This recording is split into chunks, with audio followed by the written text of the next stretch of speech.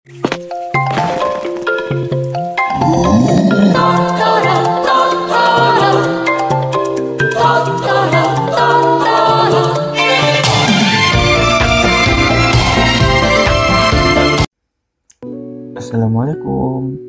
Halo, perkenalkan kami dari kelompok 6 yang beranggotakan saya sendiri Ariria dengan NIM 230121031. Perkenalkan, saya Pinawati Sri Wulan dengan NIM 230121065. Perkenalkan, saya Wilda dengan NIM 221121013. Di sini kami akan membahas beberapa materi, yaitu 1. Penyusutan dan amortisasi. 2. Norma perhitungan penghasilan neto. 3. Norma perhitungan khusus. 4. Penghasilan kena pajak. Dan 5. Tarif pajak dan PPh terutang. Dasar hukum dari penyusutan dan amortisasi itu terdiri dari yang pertama, Undang-Undang Nomor 7 Tahun 2021 tentang Harmonisasi Peraturan Perpajakan. Yang kedua, Peraturan Pemerintah Nomor 55 Tahun 2022 tentang penyesuaian pengaturan di bidang pajak penghasilan. Yang ketiga, Peraturan Menteri Keuangan Nomor 52 PMK 010/2017 tentang penggunaan nilai buku atas pengalihan dan perolehan harta dalam rangka penggabungan, peleburan, pemekaran, atau pengambil alihan usaha. Yang keempat, Peraturan Menteri Keuangan Nomor 205 PMK 010/2018 tentang perubahan atas Peraturan Menteri Keuangan Nomor 52 PMK 010/2017 tentang penggunaan nilai buku atas pengalihan dan perolehan harta dalam rangka penggabungan, peleburan, pemekaran, atau pengambil alihan usaha. Yang kelima, Peraturan Menteri Keuangan Nomor 72 Tahun 2023 tentang penyusutan harta berwujud dan atau amortisasi harta berwujud. Yang keenam, Keputusan Menteri Keuangan Nomor 1169 KMK 01/1991 tentang kegiatan sewa guna usaha atau leasing. Yang ketujuh, Keputusan Menteri Keuangan Nomor 521 KMK 04 Tahun 2000 tentang jenis-jenis harta yang termasuk dalam kelompok harta berwujud untuk keperluan penyusutan bagi kontraktor yang melakukan eksplorasi dan eksploitasi minyak dan gas bumi dalam rangka kontrak bagi hasil dengan perusahaan pertambangan minyak dan gas bumi negara atau Pertamina. Yang kedelapan, Peraturan Direktur Jenderal Pajak Nomor per 21 PJ 2012 tentang tata cara permohonan dan penetapan masa manfaat yang sesungguhnya atas harta berwujud yang dimiliki dan digunakan dalam bidang usaha tertentu. Yang kesembilan, Peraturan Direktur Jenderal Pajak Nomor per 10 PJ 2014 tentang tata cara permohonan dan penetapan atas saat mulainya penyusutan harta berwujud yang dapat dilakukan pada bulan digunakan atau bulan mulai menghasilkan. Yang ke-10, Peraturan Direktur Jenderal Pajak Nomor per 20 PJ 2014 tentang tata cara permohonan dan penetapan masa manfaat yang sesungguhnya atas harta berwujud bukan bangunan untuk keperluan penyusutan. Yang ke-11, Peraturan Direktur Jenderal Pajak Nomor per 03 PJ 2021 tentang tata cara pengajuan dan penerbitan keputusan mengenai penggunaan nilai buku atas pengalihan dan perolehan harta dalam rangka penggabungan, peleburan, pemekaran, atau pengambil alihan usaha. Yang ke-12, Peraturan Direktur Jenderal Pajak Nomor per 21 PJ 2021 tentang perubahan Peraturan Direktur Jenderal Pajak Nomor per 03 PJ 2021 tentang tata cara pengajuan dan penerbitan keputusan mengenai penggunaan nilai buku atas pengalihan dan perolehan harta dalam rangka penggabungan, peleburan, pemekaran, atau pengambil alihan usaha. Yang ke-13, Keputusan Direktur Jenderal Pajak Nomor Kep 316 PJ 2002 tentang perlakuan pajak penghasilan atas pengeluaran atau biaya perolehan perangkat lunak software komputer. Keputusan Direktur Jenderal Pajak Nomor Kep 520 PJ 2002 tentang jenis-jenis harta yang dipergunakan dalam usaha jasa telekomunikasi seluler yang termasuk dalam kelompok harta berwujud bukan bangunan untuk keperluan penyusutan. Yang ke-15, Surat Edaran Direktur Jenderal Pajak Nomor SE01 PJ 42 2002 tentang perlakuan pajak penghasilan atas pengeluaran untuk biaya perolehan hak atas tanah dan bangunan dan pajak bumi dan bangunan sebagai biaya atau pengurang penghasilan bruto.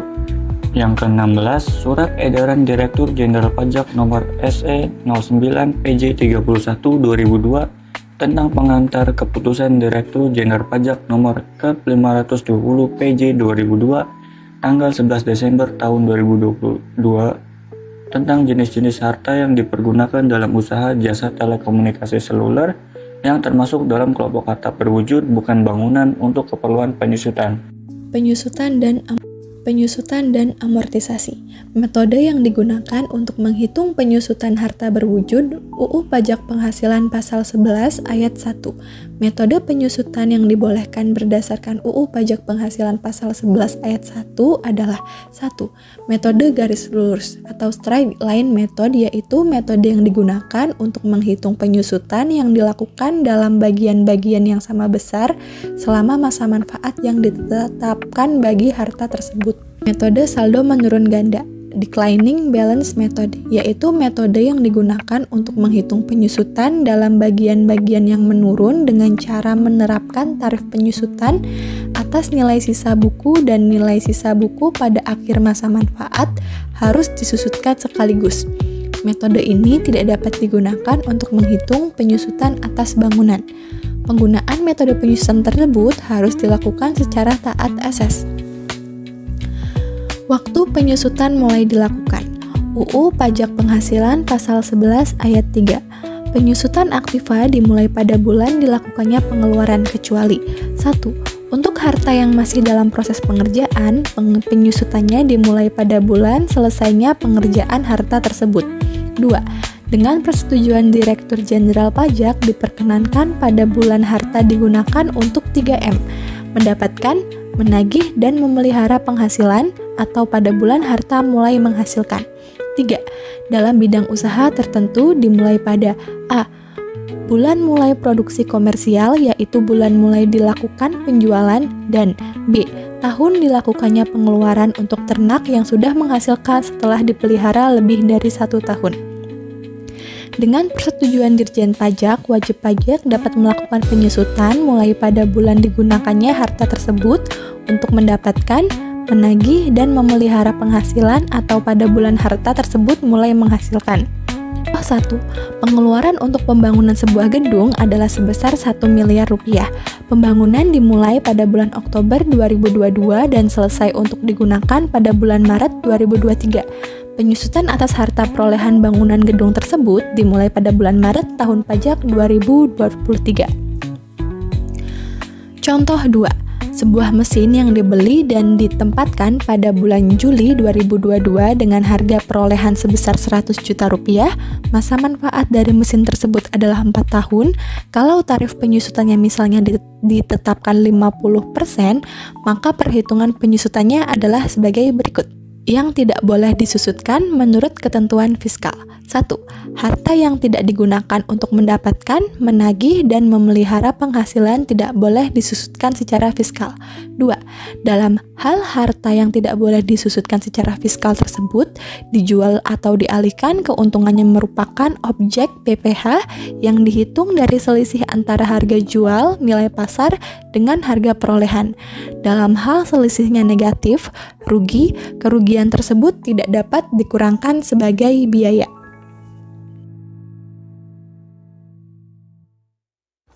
Masa manfaat dan tarif penyusutan harta berwujud. Undang-Undang Pajak Penghasilan Pasal 11 Ayat 6.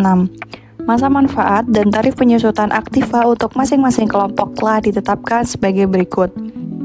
Yang masa manfaatnya tidak lebih dari 10 tahun. Misalnya, barak atau asrama yang terbuat dari kayu untuk karyawan. Dasar penyusutan atas harta yang telah dilakukan penilaian kembali atau revaluasi menurut Undang-Undang Pajak Penghasilan Pasal 11 Ayat 5 Peraturan Menteri Keuangan 79 Tahun 2008. Dasar penyusutan atas harta yang telah dilakukan penilaian kembali atau revaluasi adalah nilai yang setelah dilakukan penilaian kembali aktiva tersebut. Sejak bulan dilakukannya penilaian kembali aktiva tetap perusahaan, berlaku ketentuan sebagai berikut.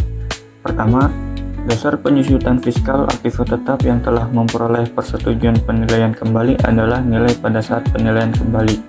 Kedua, masa manfaat fiskal aktiva tetap yang telah dilakukan penilaian kembali aktiva tetap perusahaan disesuaikan kembali menjadi masa manfaat penuh untuk kelompok aktiva tetap tersebut. Ketiga, perhitungan penyusutan dimulai sejak bulan dilakukannya penyusutan.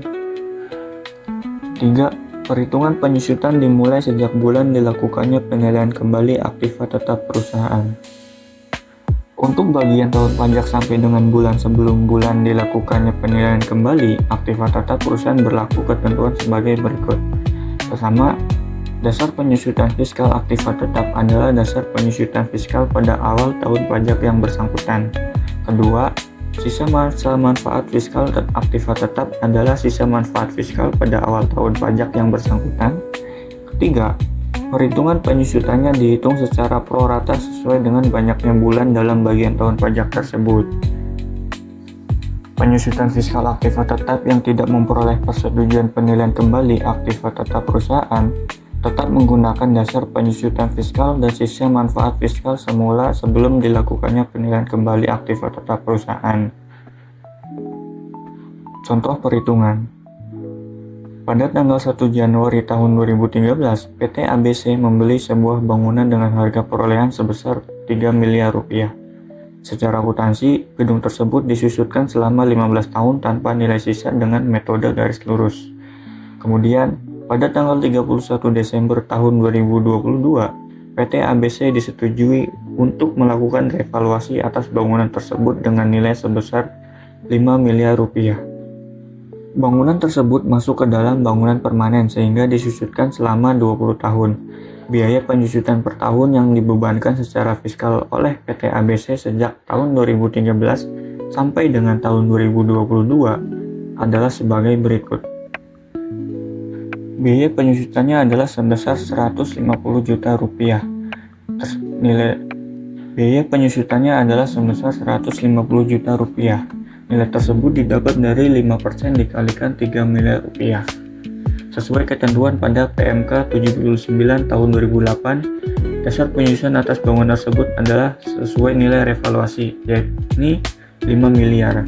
Meskipun aset telah dimanfaatkan selama 10 tahun, sesuai PMK 79 2008, masa manfaat kembali menggunakan masa manfaat secara penuh, yakni 20 tahun untuk bangunan permanen. Dengan demikian, perhitungan biaya penyusutan fiskal per tahun atas aset bangunan direvaluasi tersebut adalah sebagai berikut. 5% dikalikan 5 miliar rupiah, maka biaya penyusutannya adalah sebesar 250 juta rupiah. Jenis-jenis harta berwujud.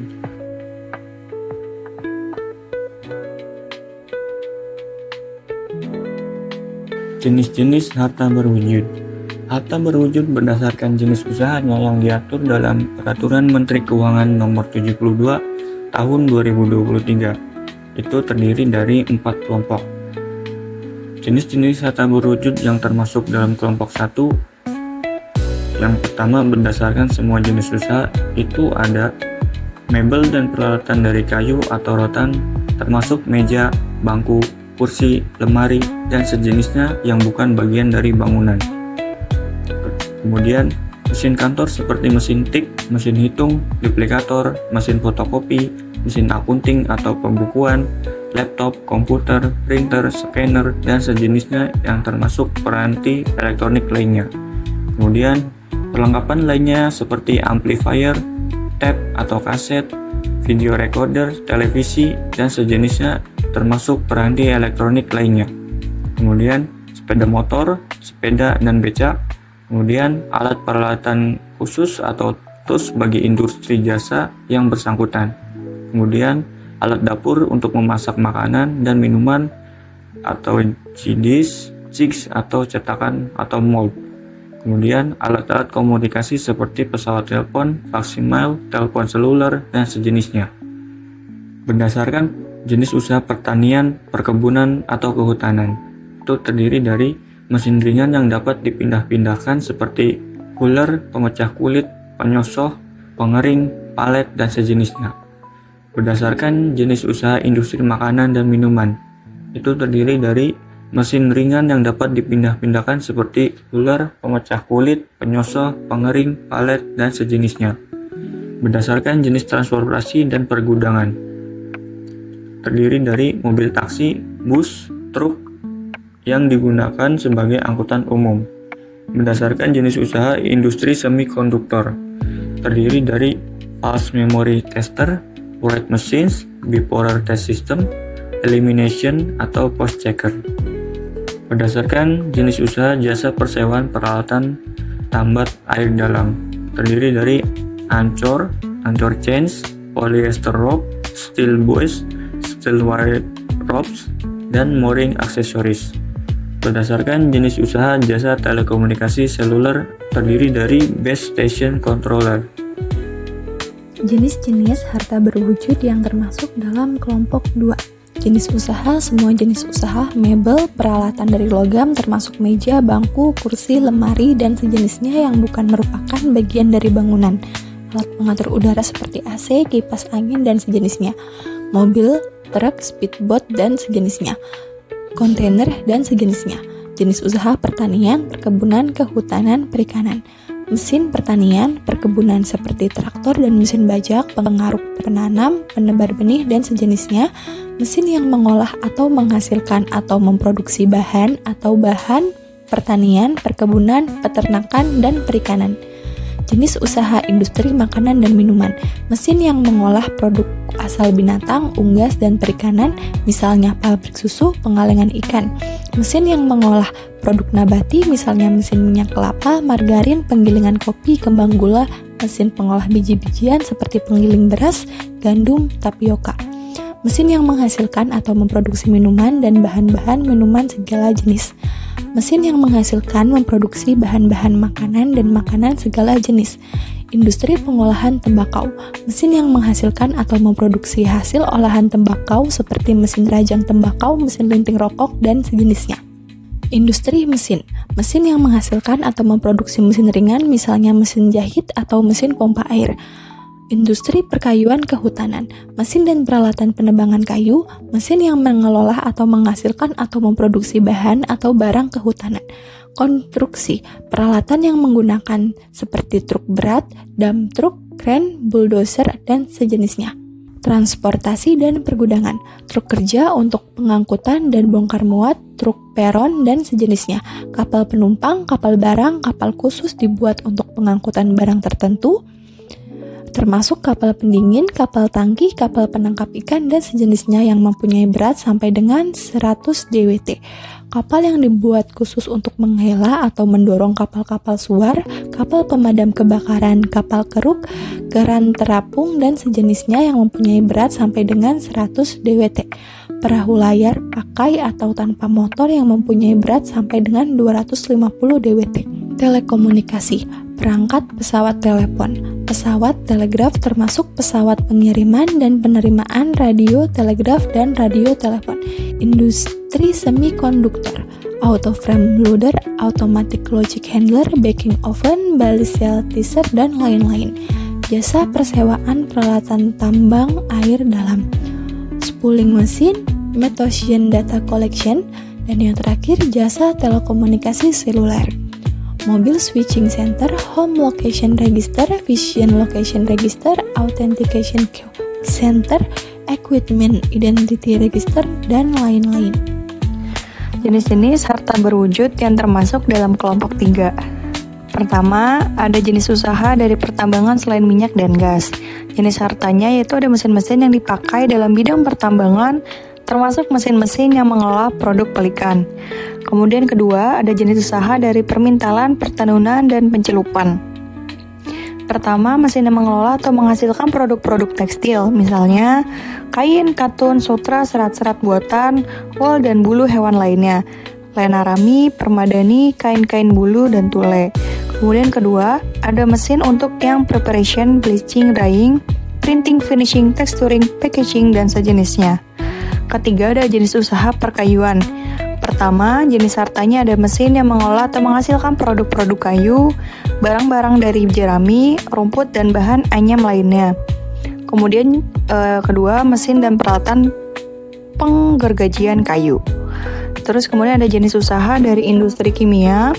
Jenis hartanya yaitu pertama ada mesin peralatan yang mengolah atau menghasilkan produk industri kimia dan industri yang ada hubungannya dengan industri kimia.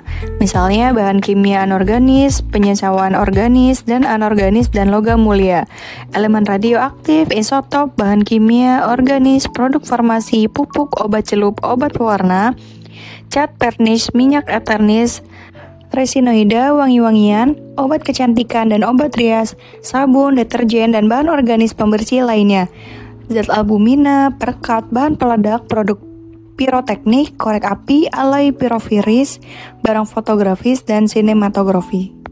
2. Mesin yang mengelola atau menghasilkan produk industri lainnya, misalnya damar tiruan, bahan plastik ester dan ester dari selulosa, karet sintetis, karet tiruan, kulit samak, jangat, dan kulit mentah.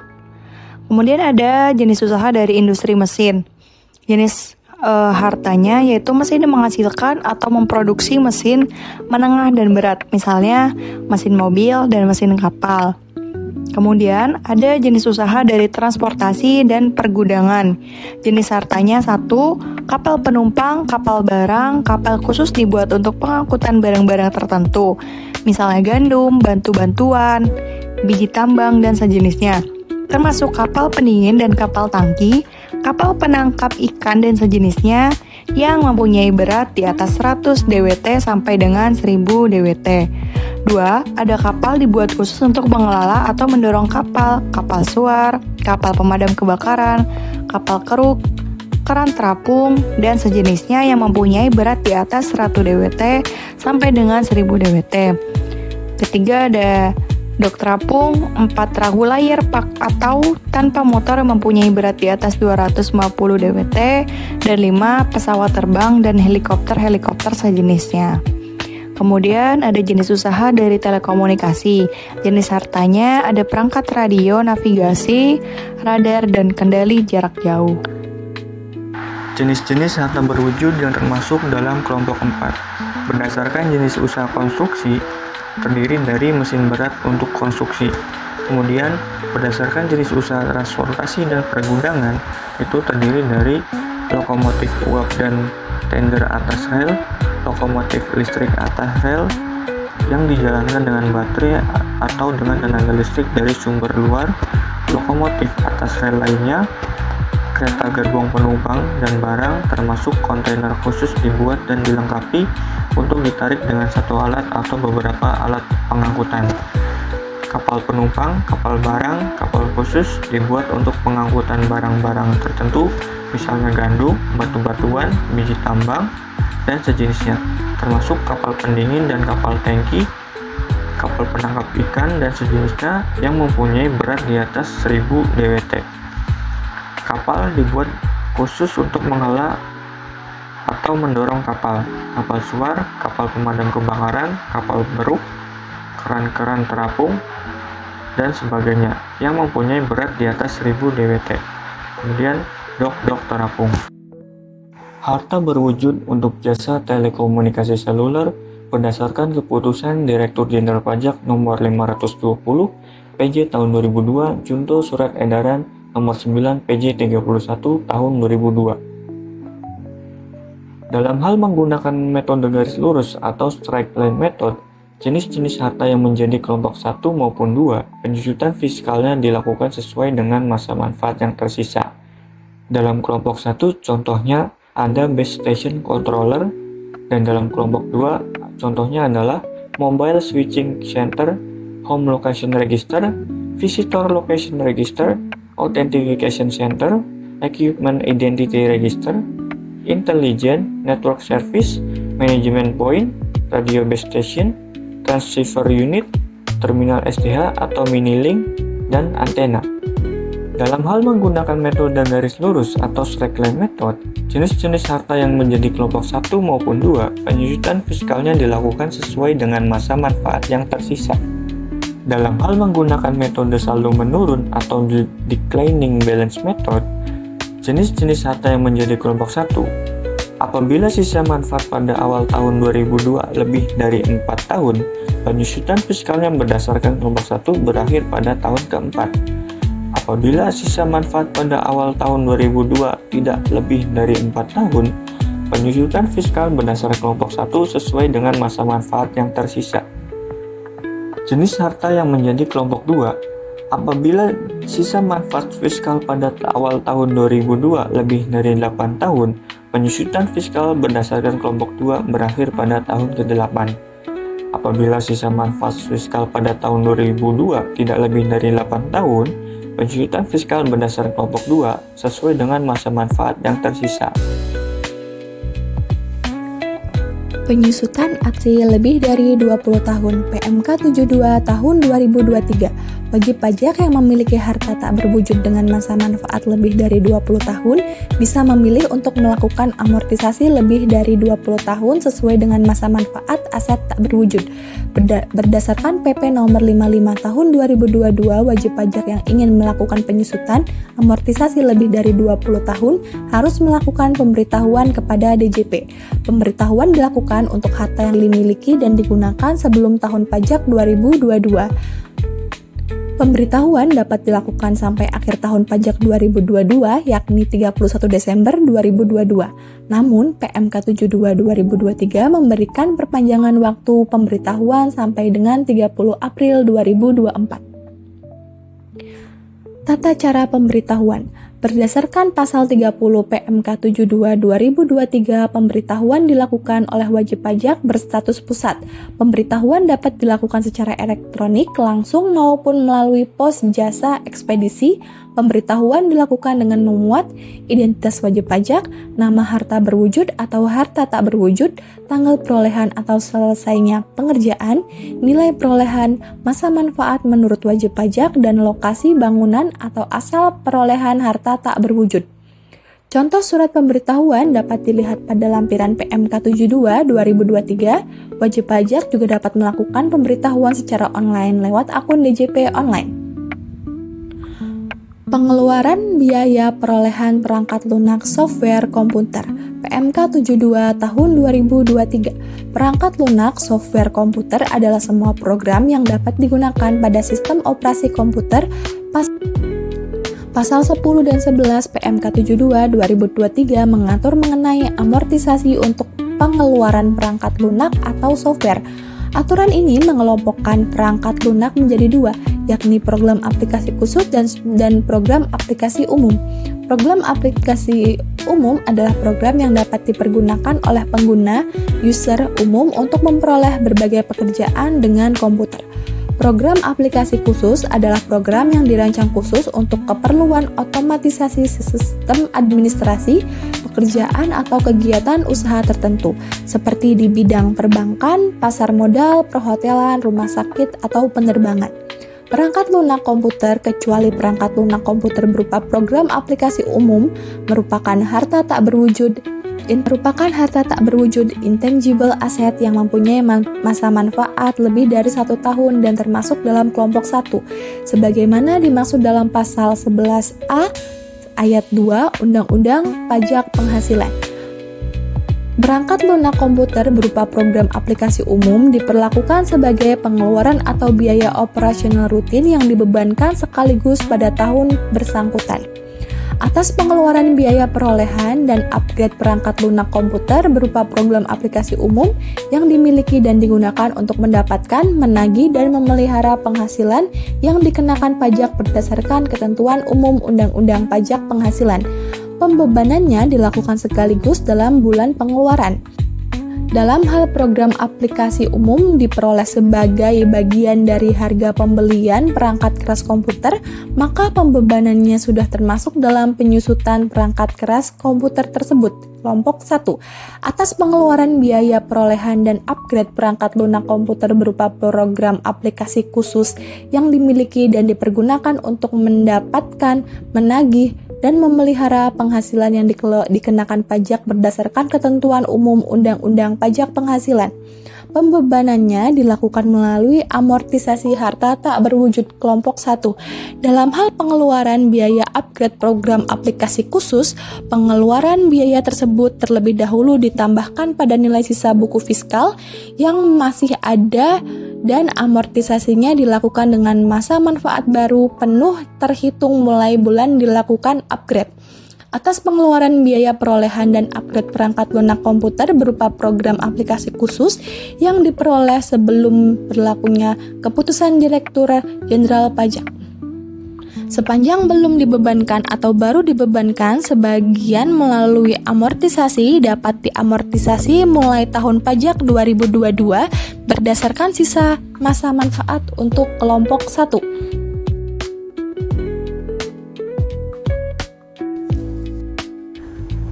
Contoh penyusutan aset yang diperbaiki. Pertama, perbaikan yang tidak menambah masa manfaat.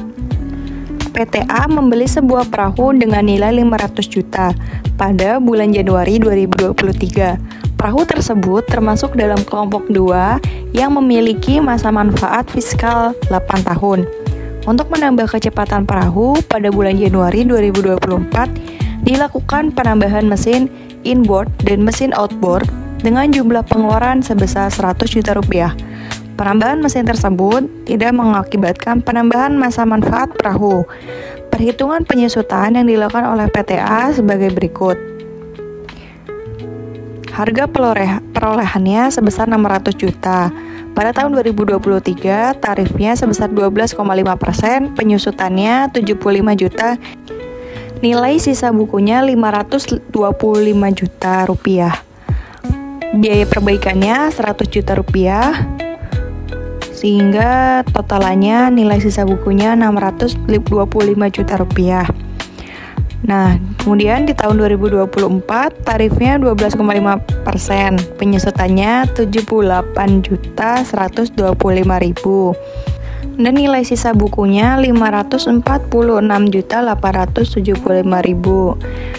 Tahun 2025 tarifnya sebesar 12,5% juga, penyusutannya sama 78.125.000 sehingga nilai sisa bukunya 468.750.000. 2026 tarifnya sama sebesar 12,5%, penyusutannya juga sama 78.125.000 sehingga nilai sisa bukunya 390.625.000. Di tahun 2027, 2028, 2029, dan 2030 sampai 2031 tarifnya sama 12,5% sehingga penyusutannya tiap tahun itu sebesar 78.125.000. Dan 2031 itu nilai sisa bukunya 0 karena dikurangin tiap tahunnya sebesar 78.125.000. Contoh kedua, ada perbaikan yang menambah masa manfaat.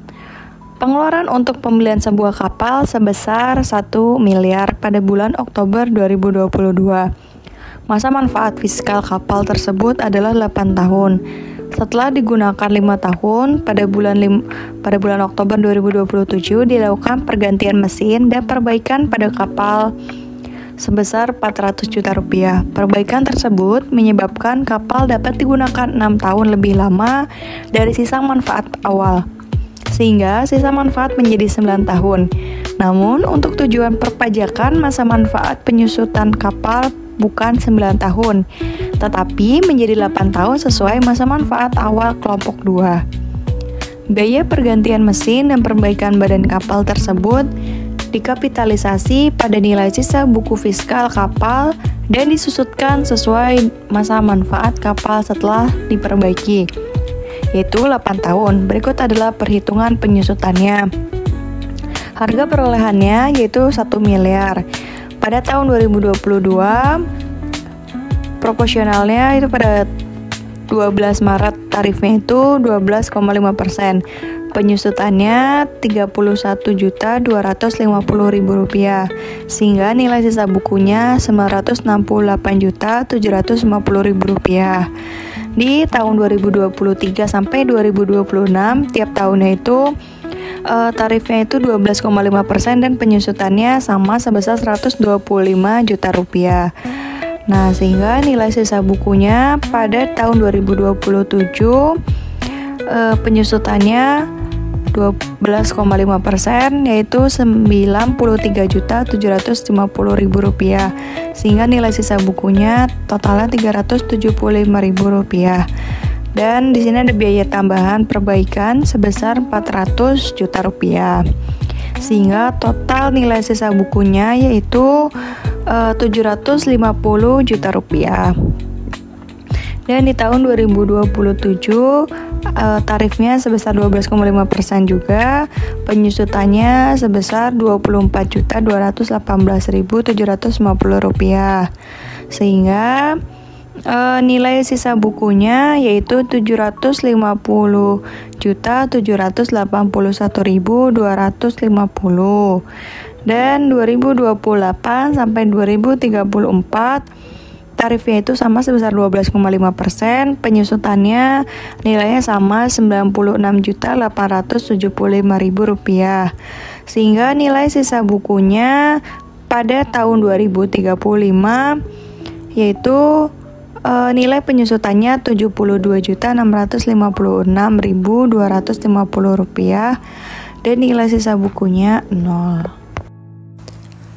Penyusutan di bidang usaha tertentu. UU Pajak Penghasilan Pasal 11 PP Nomor 55 Tahun 2022 PMK 72 Tahun 2023. Ruang lingkup bidang usaha tertentu. Dalam ketentuan PMK 72 2023, jenis usaha yang dikategorikan sebagai bidang usaha tertentu adalah sebagai berikut. 1. Bidang usaha kehutanan, meliputi usaha hutan, kawasan hutan, dan hasil hutan yang tanamannya dapat berproduksi berkali-kali dan baru menghasilkan setelah ditanam lebih dari 1 tahun. 2. Bidang usaha perkebunan tanaman keras, yakni usaha perkebunan yang tanamannya dapat berproduksi berkali-kali dan baru menghasilkan setelah ditanam lebih dari 1 tahun. Dan 3. Bidang usaha peternakan yang meliputi A. Usaha peternakan yang ternaknya dapat berproduksi berkali-kali dan baru menghasilkan setelah dipelihara lebih dari 1 tahun, atau B. Usaha peternakan yang ternaknya dapat berproduksi berkali-kali dan sudah menghasilkan setelah dipelihara kurang dari atau sampai dengan 1 tahun. Penyusutan tanaman ternak yang menghasilkan setelah 1 tahun. Sesuai ketentuan pasal 13 PMK 72 2023, harta berwujud dengan masa manfaat lebih dari 1 tahun yang digunakan di bidang usaha tertentu disusunkan sesuai dengan masa manfaatnya. Harta berwujud yang dimaksud adalah komoditas pokok, yaitu 1. Tanaman kehutanan, kelompok 4, masa manfaat 20 tahun. 2. Tanaman keras, termasuk tanaman rempah dan penyegar, kelompok 4, masa manfaat 20 tahun. Atau 3. Ternak, termasuk ternak pejantan, kelompok 2, masa manfaat 8 tahun. Masa manfaat yang digunakan adalah sesuai dengan pengelompokan aset tetap bukan bangunan. Wajib pajak dapat menggunakan masa manfaat yang sebenarnya dengan syarat mengajukan permohonan untuk mendapat penetapan oleh Direktur Jenderal Pajak. Pengeluaran untuk perolehan aset yang menjadi dasar penyusutan adalah nilai perolehan termasuk biaya pembelian bibit serta biaya untuk membesarkan dan memelihara bibit. Perlu dicatat pada pasal 14 PMK 72 2023 pengeluaran tersebut tidak termasuk biaya yang berhubungan dengan tenaga kerja. Penyusutan mulai dilakukan pada bulan produksi komersial, yakni bulan mulai dilakukan penjualan dan menggunakan metode garis lurus. Penyusutan ternak yang menghasilkan dalam kurun waktu 1 tahun.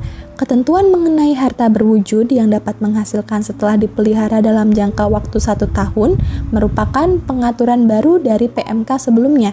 Ketentuan ini berlaku untuk harta berwujud berupa ternak, dapat berupa ayam petelur dan bebek petelur, atau jenis ternak tersebut wajib pajak melakukan 1. Pembebanan sekaligus jika masa manfaatnya kurang dari atau sampai dengan 1 tahun. 2. Penyusutan untuk harta yang masa manfaatnya lebih dari 1 tahun sampai dengan 4 tahun dengan metode garis lurus. Penyusutan dimulai pada tahun dilakukannya pengeluaran untuk memperoleh harta berwujud. Pengeluaran yang diperhitungkan termasuk biaya pembelian bibit serta biaya untuk membesarkan dan memelihara bibit. Amortisasi harta tak berwujud. Pada pasal 18 PMK 72/2023 tidak diatur secara khusus mengenai jenis harta tak berwujud dalam bidang usaha tertentu. Pasal tersebut mengatur bahwa amortisasi atas pengeluaran untuk memperoleh harta tak berwujud dan pengeluaran lainnya untuk bidang usaha dimulai pada bulan dilakukannya pengeluaran atau pada bulan produksi komersial. Bulan produksi komersial yang dimaksud adalah bulan mulai dilakukan penjualan. Masa manfaat kurang dari 1 tahun. PT Ayam Sehat merupakan pengusaha ternak ayam petelur. Ayam petelur yang dipelihara PT Ayam Sehat mulai bertelur pada bulan keempat. Setelah kapasitas bertelur berkurang, ayam dipotong untuk dijual dagingnya pada bulan ke-11. Pada bulan Februari 2023, PT Ayam Sehat harga perolehan petelur termasuk biaya untuk membesarkan dan memelihara bibit sebesar Rp200 juta sesuai ketentuan PMK 72/2023. Karena masa manfaatnya kurang dari 1 tahun, pengeluaran ini dibebankan sekaligus pada tahun perolehan, yakni tahun pajak 2023. Masa manfaat lebih dari 1 tahun. PT Sumber Sehat merupakan pengusaha ternak bebek petelur. Pada tahun pajak 2023, PT Sumber Sehat memperoleh sejumlah bebek petelur dengan nilai perolehan sebesar Rp600 juta. Pada tahun ketiga, yakni tahun pajak 2025, bebek petelur akan dipotong. Sesuai PMK 72/2023, atas pengeluaran tersebut dilakukan penyusutan dengan perhitungan sebagai berikut.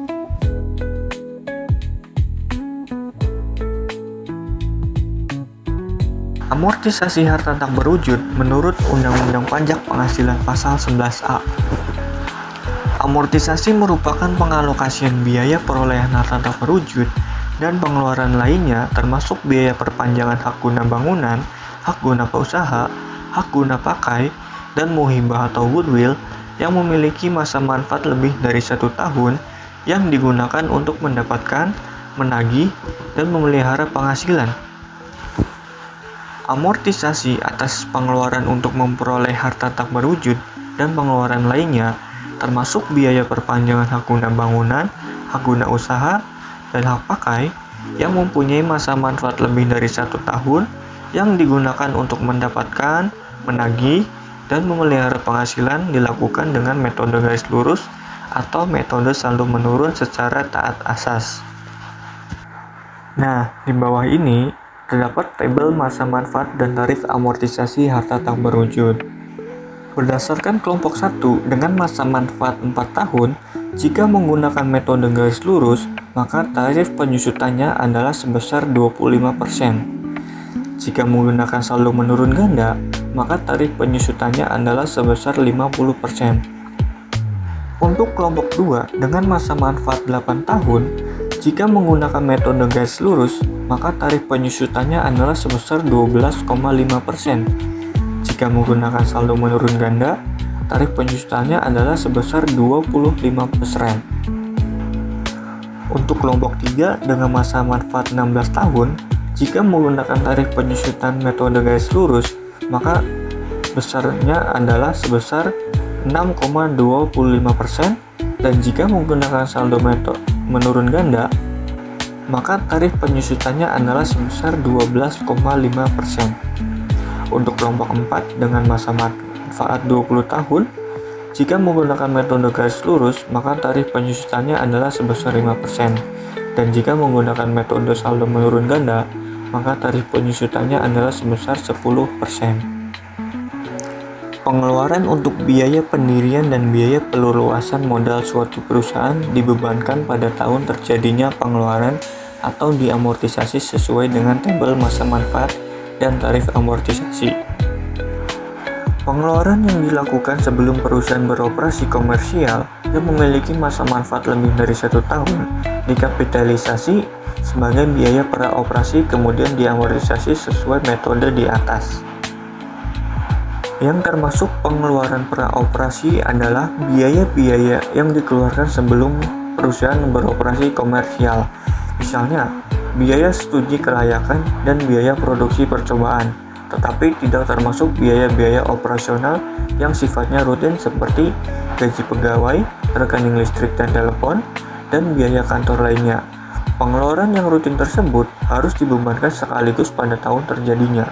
Amortisasi atas pengeluaran untuk memperoleh hak dan pengeluaran lain yang mempunyai masa manfaat lebih dari 1 tahun di bidang penambangan minyak dan gas bumi dengan menggunakan metode satuan produksi, yaitu produksi tahun ini dibagi taksiran deposit minyak mentah atau gas bumi yang bisa ditambang dikalikan 100%. Amortisasi atas pengeluaran untuk memperoleh hak penambangan selain migas, Amortisasi atas pengeluaran untuk memperoleh hak penambangan selain migas, hak pengusahaan hutan, dan hak pengusahaan sumber alam atau hasil alam lainnya yang memiliki masa manfaat lebih dari 1 tahun dengan menggunakan metode satuan produksi paling tinggi 20% setahun, yaitu hak pengusahaan hutan atau HPH sama dengan produksi tahun ini dibagi taksiran produksi dalam konsensi HPH dikalikan 100% maksimum 20%. Hak penambangan selain minyak dan gas bumi sama dengan produksi tahun ini dibagi taksiran deposit mineral yang bisa ditambang dikalikan 100% maksimum 20%. Dengan catatan, apabila ternyata jumlah produksi yang sebenarnya lebih kecil dari jumlah taksiran produksi, sehingga masih terdapat sisa pengeluaran untuk memperoleh hak atau pengeluaran lain yang belum diamortisasi, maka sisa pengeluaran yang belum diamortisasi tersebut dapat dibebankan sekaligus dalam pajak yang bersangkutan. Contoh, pengeluaran untuk memperoleh hak pengusahaan hutan yang mempunyai potensi 10 juta ton kayu sebesar 500 juta rupiah diamortisasi sesuai dengan persentase satuan produksi yang direalisasikan dalam tahun yang bersangkutan. Jika dalam 1 tahun pajak ternyata jumlah produksi mencapai 3 juta ton, yang berarti 30% dari potensi yang tersedia, walaupun jumlah produksi pada tahun tersebut mencapai 30% dari jumlah potensi yang tersedia, besarnya amortisasi yang dikenakan untuk dikurangkan dari penghasilan bruto pada tahun tersebut adalah 20% dari pengeluaran atau 100 juta rupiah. Apabila terjadi pengalihan harta tak berwujud atau hak-hak tersebut di atas, maka nilai sisa buku fiskalnya dibebankan sebagai biaya, sedangkan jumlah yang diterima atau diperoleh sebagai penggantiannya merupakan penghasilan. Contoh, PTX mengeluarkan biaya untuk memperoleh hak penambangan minyak dan gas bumi di suatu lokasi sebesar 500 juta rupiah. Taksiran jumlah kandungan minyak di daerah tersebut adalah sebanyak 200 juta barel. Setelah diproduksi, minyak dan gas bumi mencapai 100 juta barel.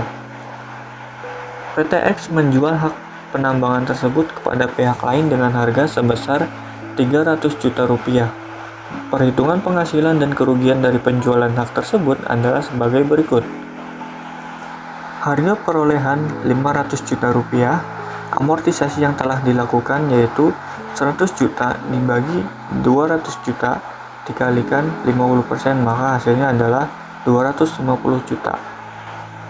Maka nilai buku yang tersisa adalah 250 juta rupiah dan harga jual adalah 300 juta rupiah. Dengan demikian, jumlah nilai sisa buku sebesar 250 juta rupiah dibebankan sebagai kerugian dan jumlah sebesar 300 juta rupiah dibukukan sebagai penghasilan. Apabila penghasilan tersebut dalam rangka sumbangan, hibah, bantuan, dan warisan yang memenuhi syarat dalam pasal 4 ayat 3, huruf A dan B Undang-Undang Nomor 36 Tahun 2008, maka nilai sisa buku fiskalnya tidak dapat diakui sebagai biaya. Lebih dari 20 tahun, PMK 72 tahun 2023, wajib pajak yang memiliki harta tak berwujud dengan masa manfaat lebih dari 20 tahun bisa memilih untuk melakukan amortisasi lebih dari 20 tahun sesuai dengan masa manfaat aset tak berwujud. Berdasarkan PP nomor 55 tahun 2022, wajib pajak yang ingin melakukan penyusutan amortisasi lebih dari 20 tahun harus melakukan pemberitahuan kepada DJP. Pemberitahuan dilakukan untuk harta yang dimiliki dan digunakan sebelum tahun pajak 2022. Pemberitahuan dapat dilakukan sampai akhir tahun pajak 2022, yakni 31 Desember 2022. Namun, PMK 72 2023 memberikan perpanjangan waktu pemberitahuan sampai dengan 30 April 2024. Tata cara pemberitahuan. Berdasarkan pasal 30 PMK 72 2023, pemberitahuan dilakukan oleh wajib pajak berstatus pusat. Pemberitahuan dapat dilakukan secara elektronik, langsung maupun melalui pos jasa ekspedisi.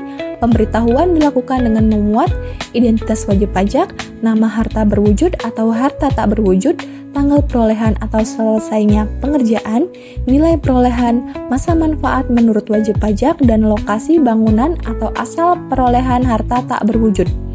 Contoh surat pemberitahuan dapat dilihat pada lampiran PMK 72 2023. Wajib pajak juga dapat melakukan pemberitahuan secara online lewat akun DJP online.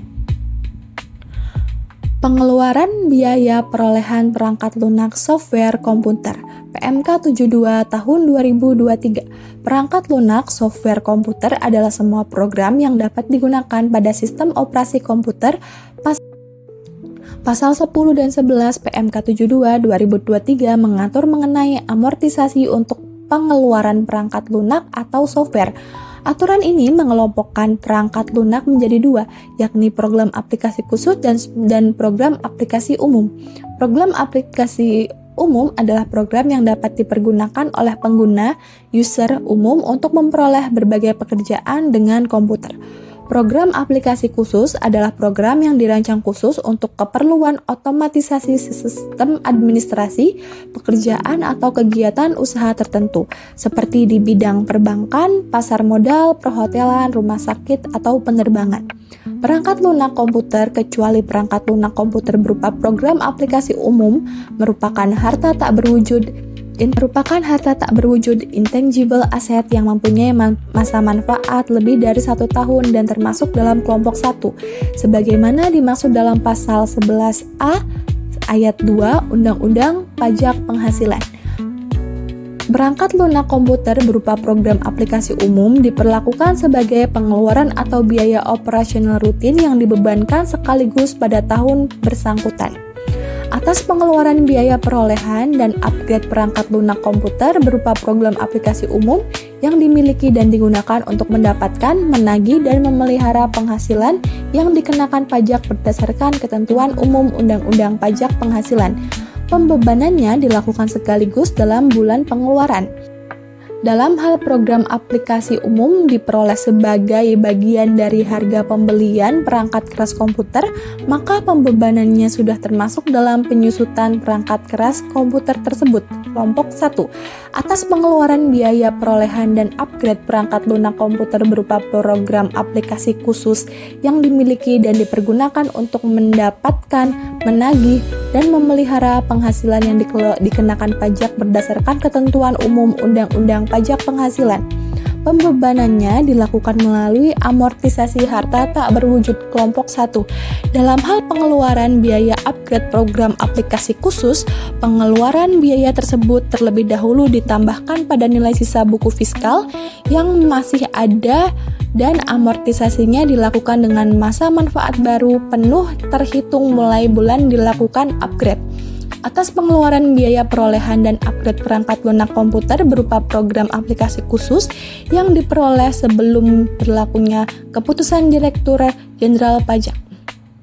Sepanjang belum dibebankan atau baru dibebankan, sebagian melalui amortisasi dapat diamortisasi mulai tahun pajak 2022 berdasarkan sisa masa manfaat untuk kelompok 1.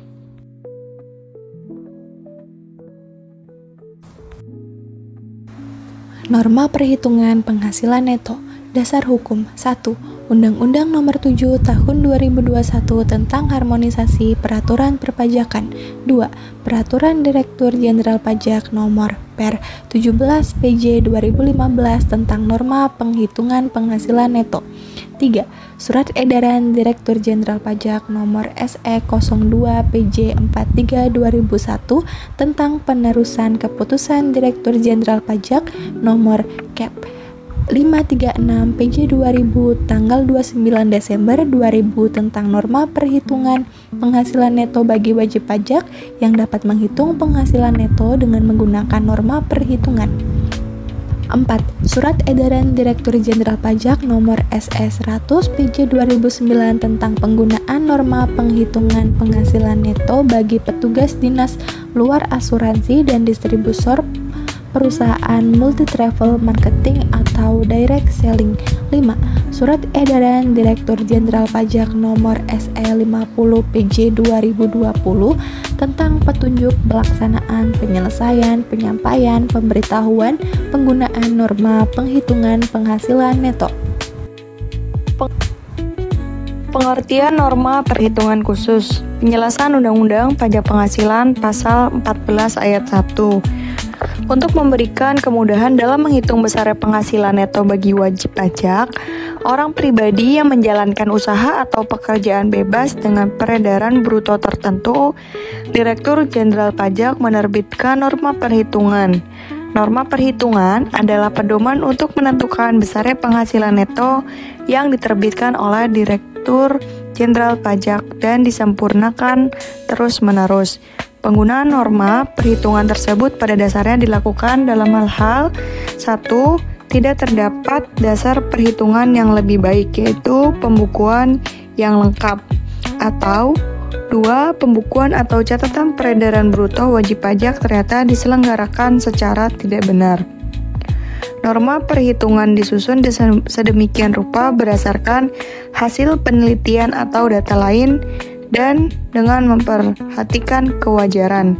Norma perhitungan akan sangat membantu wajib pajak yang belum mampu menyelenggarakan pembukuan untuk menghitung penghasilan neto. Yang diizinkan untuk menggunakan norma perhitungan Undang-Undang Pajak Penghasilan Pasal 14 Ayat 2. Wajib pajak orang pribadi yang melakukan kegiatan usaha atau pekerjaan bebas yang peredaran brutonya dalam 1 tahun kurang dari 4.800.000.000 rupiah boleh menghitung penghasilan neto dengan menggunakan norma perhitungan penghasilan neto dengan syarat memberitahukan kepada Direktur Jenderal Pajak dalam jangka waktu 3 bulan pertama dari tahun pajak yang bersangkutan. Syarat penggunaan norma perhitungan penghasilan neto. Syarat yang harus dipenuhi untuk dapat menggunakan norma perhitungan penghasilan neto. Undang-Undang Pajak Penghasilan Pasal 14 Ayat 3 dan 4 beserta penjelasan PR 17 tahun 2015. 1. Memberitahukan kepada Direktur Jenderal Pajak dalam jangka waktu 3 sejak awal tahun pajak yang bersangkutan. Pemberitahuan penggunaan norma perhitungan penghasilan neto yang disampaikan dalam jangka waktu tersebut dianggap disetujui kecuali berdasarkan hasil pemeriksaan ternyata wajib pajak orang pribadi tidak memenuhi persyaratan untuk menggunakan norma perhitungan penghasilan neto. Apabila wajib pajak orang pribadi yang berhak bermaksud untuk menggunakan norma perhitungan penghasilan neto tetapi tidak memberitahukan kepada Direktur Jenderal Pajak dalam jangka waktu yang ditentukan, maka wajib pajak tersebut dianggap memilih menyelenggarakan pembukuan. 2. Wajib menyelenggarakan pencatatan tentang peredaran brutonya sebagaimana diatur dalam Undang-Undang tentang Ketentuan Umum dan Tata Cara Perpajakan. Pencatatan tersebut dimaksud untuk memudahkan penerapan norma dalam menghitung penghasilan neto. Kemudian ada perhitungan penghasilan neto untuk wajib pajak yang wajib pembukuan tetapi tidak melaksanakan kewajiban dengan baik, yaitu diatur dalam Undang-Undang Pajak Penghasilan Pasal 14 Ayat 5 beserta penjelasannya. Wajib pajak yang wajib menyelenggarakan pembukuan dan atau wajib menyelenggarakan pencatatan dan atau dianggap memilih menyelenggarakan pembukuan, tetapi 1. tidak sepenuhnya menyelenggarakan kewajiban pencatatan atau pembukuan. Kedua, tidak bersedia memperhatikan pembukuan atau pencatatan atau bukti-bukti pendukungnya pada waktu dilakukan pemeriksaan. Maka, Penghasilan netonya dihitung berdasarkan norma perhitungan penghasilan neto dan peredaran brutonya dihitung dengan cara lain yang diatur dengan atau berdasarkan peraturan Menteri Keuangan. Sanksi bagi wajib pajak yang wajib pembukuan tetapi tidak melaksanakan kewajiban dengan baik. Wajib pajak badan atau wajib pajak orang pribadi yang melakukan kegiatan usaha atau pekerjaan bebas dilakukan pemeriksaan ternyata wajib pajak orang pribadi atau badan tersebut tidak sepenuhnya menyelenggarakan pembukuan atau tidak bersedia memperlihatkan pembukuan atau pencatatan atau bukti-bukti pendukungnya.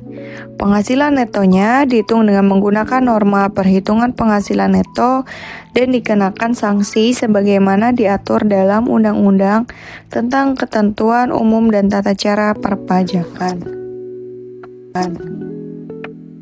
Perhitungan penghasilan neto bagi wajib pajak yang memiliki lebih dari satu jenis usaha atau pekerjaan bebas menurut Per 17 PJ 2015. Perhitungan penghasilan neto wajib pajak yang mempunyai lebih dari satu jenis usaha atau pekerjaan bebas dilakukan terhadap masing-masing jenis usaha dengan memperhatikan pengelompokan wilayah. Penghasilan neto wajib pajak yang mempunyai lebih dari satu jenis usaha adalah penjumlahan penghasilan neto dari masing-masing jenis usaha atau pekerjaan bebas. Penghasilan neto dihitung dengan cara mengalihkan angka persentase norma perhitungan penghasilan neto dengan peredaran bruto atau penghasilan bruto dari kegiatan usaha atau pekerjaan bebas dalam 1 tahun. Perhitungan pajak terutang bagi WP orang pribadi dalam menghitung besarnya pajak penghasilan terutang oleh wajib pajak orang pribadi sebelum dilakukan penerapan tarif umum, terlebih dahulu dihitung penghasilan kena pajak dengan mengurangkan penghasilan tidak kena pajak dari penghasilan neto. Contoh pemakaian norma.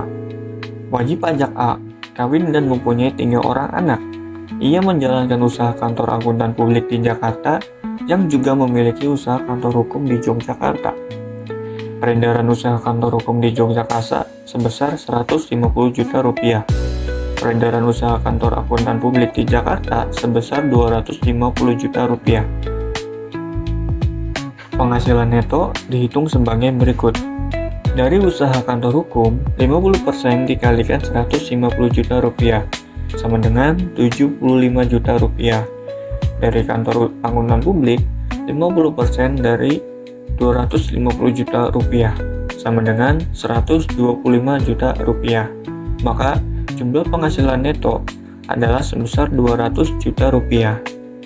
Penghasilan kena pajak sama dengan penghasilan neto dikurangi penghasilan tidak kena pajak, yaitu dari 200 juta rupiah dikurangi dengan 72 juta rupiah, maka hasilnya adalah 128 juta rupiah. Maka pajak penghasilan yang terutang adalah sebesar 5% dikalikan 60 juta rupiah sama dengan 3 juta rupiah, kemudian 15% dikalikan 68 juta rupiah sama dengan 10.200.000 rupiah. Maka jumlah penghasilan yang terutang adalah sebesar 13.200.000 rupiah. Dengan catatan, angka 50% untuk usaha kantor akuntan publik dilihat dari kode 69200 dan angka 50% untuk kantor hukum dilihat dari kode 69100 yang berdasarkan tarif norma. Dan istri tidak punya penghasilan. Contoh B.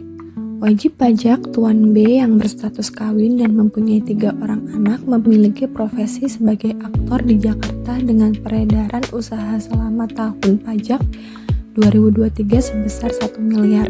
Selain itu, tuan B juga berprofesi sebagai pengacara dengan menjalankan usaha kantor hukum di Yogyakarta.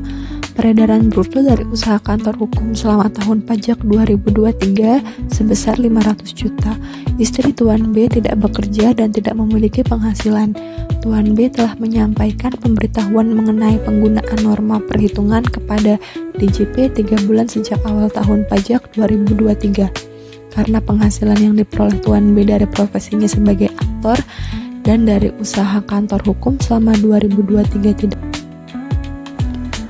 Di sini adalah salah satu contoh surat pemberitahuan penggunaan norma perhitungan penghasilan neto. Di atasnya kita tuju untuk Kementerian Keuangan Republik Indonesia, Direktorat Jenderal Pajak, Kantor Wilayah Jawa Timur 2, Kantor Pelayanan Pratama Ponorogo. Di sebelah kanan kita tulis tanggalnya Ponorogo, sekian pada tahun sekian, kemudian ada nomor lampiran perihal, dan surat ini ditujukan kepada Kepala Kantor Pelayanan Pratama Ponorogo, Jalan Soekarno-Hatta 194 Ponorogo. Terus diisikan suratnya seperti ini, dan ditulis nama wajib pajaknya, kemudian alamatnya dan nomor NPWP-nya. Dan jangan lupa diisi juga bahwa pemberitahuan bahwa untuk pajak penghasilan tahun sekian akan menggunakan norma perhitungan menurut norma perhitungan penghasilan utama yang akan kami telola termasuk dalam daftar kode nomor tersebut. Demikian untuk dimaklumi, jangan lupa di tanda tangan yaitu yang wajib pajaknya. Norma perhitungan khusus. Dasar hukum norma perhitungan khusus ada 12. Undang-Undang Nomor 7 Tahun 2021 tentang Harmonisasi Peraturan Perpajakan. 2. Keputusan Menteri Keuangan Nomor 628 KMK 04/1991 tentang norma perhitungan khusus penghasilan neto bagi wajib pajak badan yang melakukan kegiatan usaha di bidang pengeboran minyak dan gas bumi serta angsuran pajak penghasilan dalam tahun berjalan oleh wajib pajak sendiri, sampai dengan dasar hukum ke-12 Surat Edaran Direktur Jenderal Pajak Nomor SE2 PJ 03/2008 tentang penegasan atas penerapan norma perhitungan khusus penghasilan neto bagi wajib pajak luar negeri yang mempunyai kantor perwakilan dagang Representative Office Liaison Office di Indonesia. Pengertian norma perhitungan khusus UU Pajak Penghasilan Pasal 15. Norma perhitungan khusus adalah persentase tertentu dari peredaran atau penghasilan bruto untuk menghitung penghasilan neto dari wajib pajak tertentu yang tidak dapat dihitung berdasarkan ketentuan umum penghitungan penghasilan kena pajak. Norma perhitungan khusus wajib pajak tertentu ditetapkan dengan keputusan Menteri Keuangan. Wajib pajak tertentu yang dikenakan pajak dengan norma perhitungan khusus.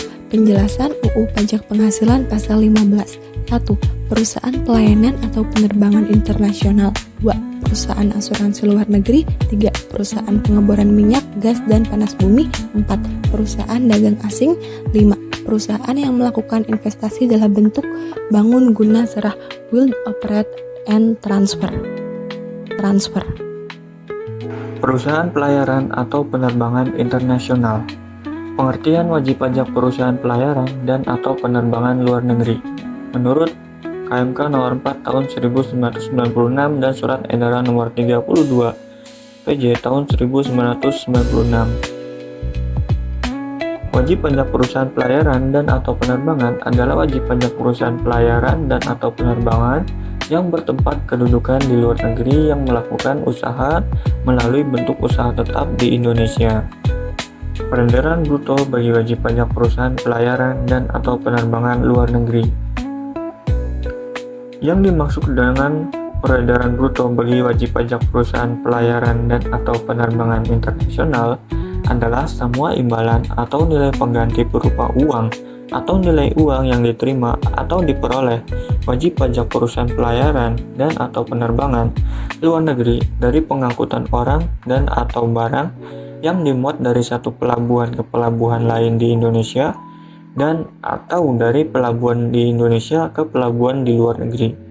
Dengan demikian, tidak termasuk penggantian atau imbalan yang diterima atau diperoleh perusahaan pelayaran dan atau penerbangan luar negeri tersebut dari pengangkutan orang dan atau barang dari pelabuhan di luar negeri ke pelabuhan di Indonesia.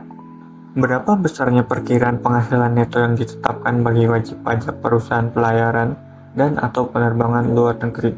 Besarnya norma perhitungan neto bagi wajib pajak perusahaan pelayaran dan atau penerbangan internasional adalah sebesar 6% dari peredaran bruto.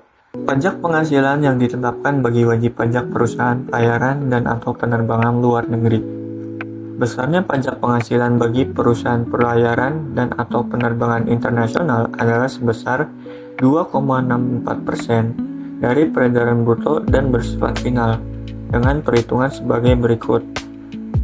PPh 30% dikalikan 6% sama dengan 1,8%. PPh pasal 26 20% dikalikan 30% dikalikan 6% sama dengan 0,84%. Maka jumlah PPh adalah 1,8% ditambah 0,84% sama dengan 2,64%. Tata cara pelunasan PPh yang terutang bagi perusahaan pelayaran atau penerbangan luar negeri. Dalam hal penghasilan diperoleh berdasarkan perjanjian charter, maka pihak yang membayar atau pihak yang mencharter wajib memotong PPh yang terutang pada saat pembayaran atau terutangnya imbalan atau nilai pengganti. Memberikan bukti potong PPh atas penghasilan perusahaan pelayaran dan atau penerbangan luar negeri yang bersifat final kepada pihak yang menerima atau memperoleh penghasilan dengan menggunakan bentuk yang telah dilakukan. Menyetor PPh yang terutang ke bank persepsi atau kantor pos dan giro selambat-lambatnya tanggal 10 bulan berikutnya setelah bulan pembayaran atau terutangnya imbalan dengan menggunakan surat setoran pajak atau SSP. Melaporkan pemotongan dan penyetoran yang dilakukan ke kantor pelayanan pajak selambat-lambatnya tanggal 20 bulan berikutnya setelah bulan pembayaran atau terutangnya imbalan dengan menggunakan bentuk sebagaimana pada lampiran 2 dilampiri dengan lembar ketiga SSP dan lembar kedua bukti pemotongan PPh atas penghasilan perusahaan pelayaran dan atau penerbangan luar negeri.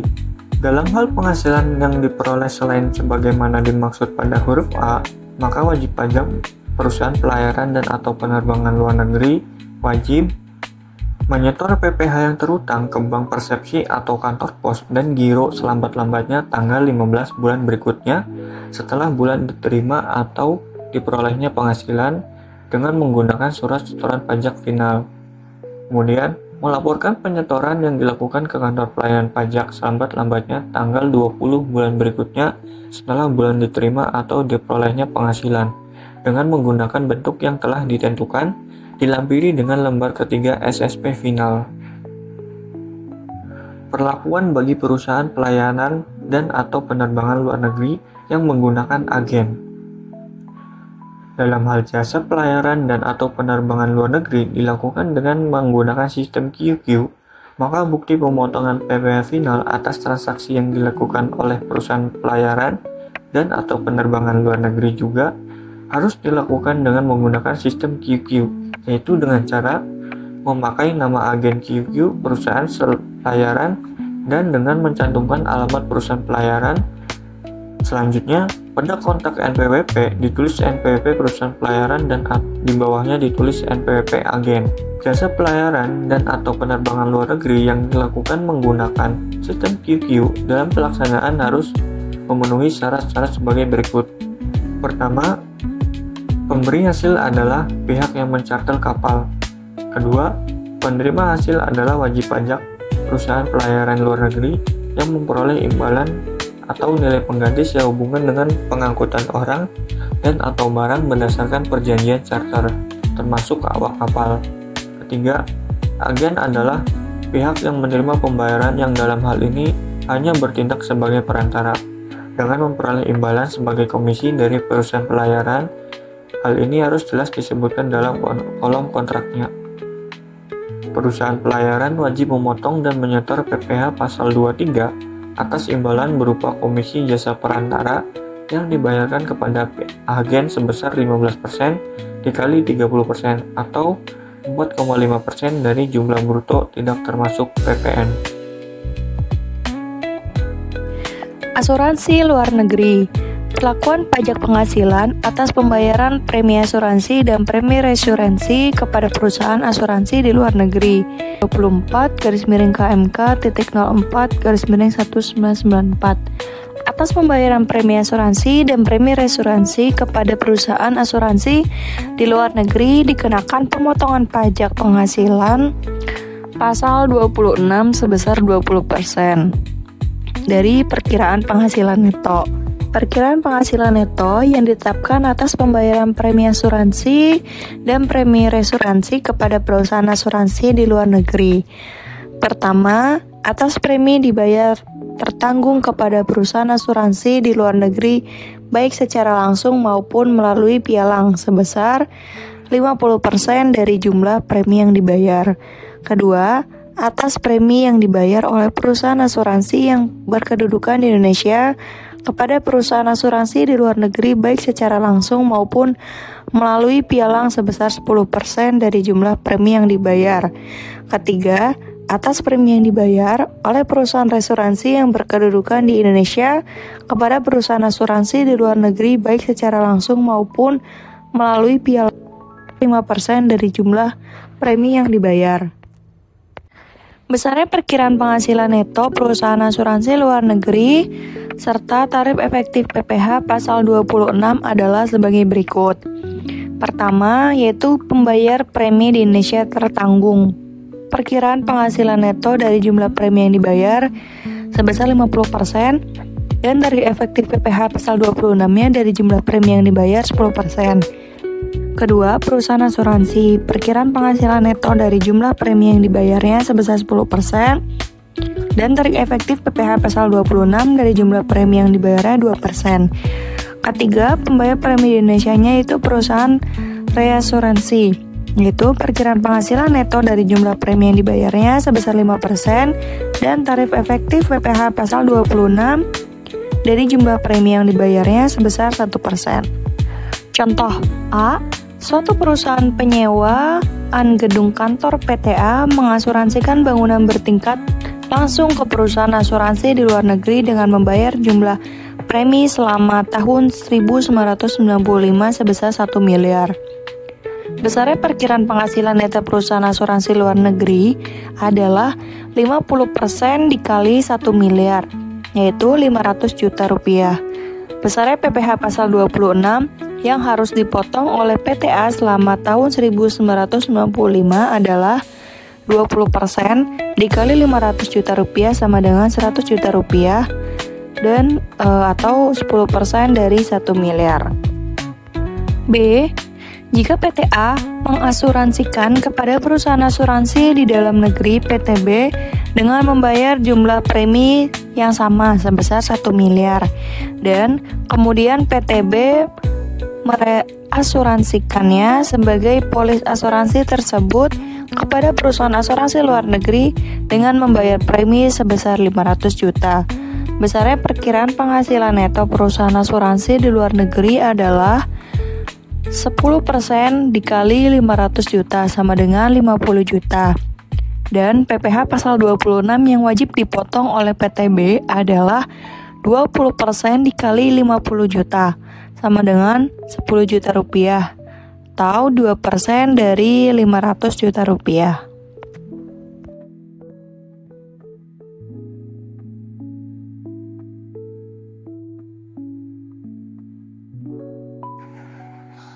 Kewajiban melakukan pemotongan PPh pasal 26 menurut Surat Edaran nomor 25 PJ nomor 4 tahun 1995. 1.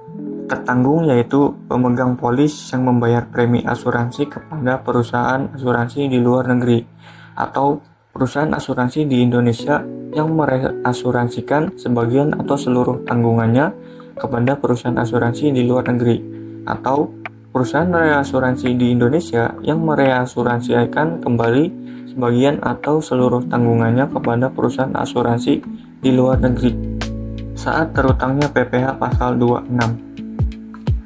PPh 26 atas penghasilan terutang pada akhir bulan dilakukannya pembayaran premi atau pada akhir bulan terutangnya premi asuransi tersebut.